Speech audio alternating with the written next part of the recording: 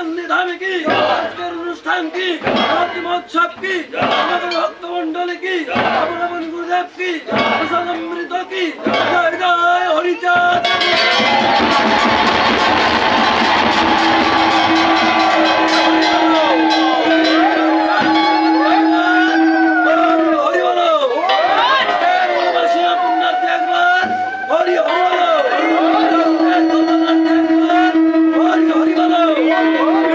সর্বজীবের কল্যাণার্থে একবার হরি হরি বলো।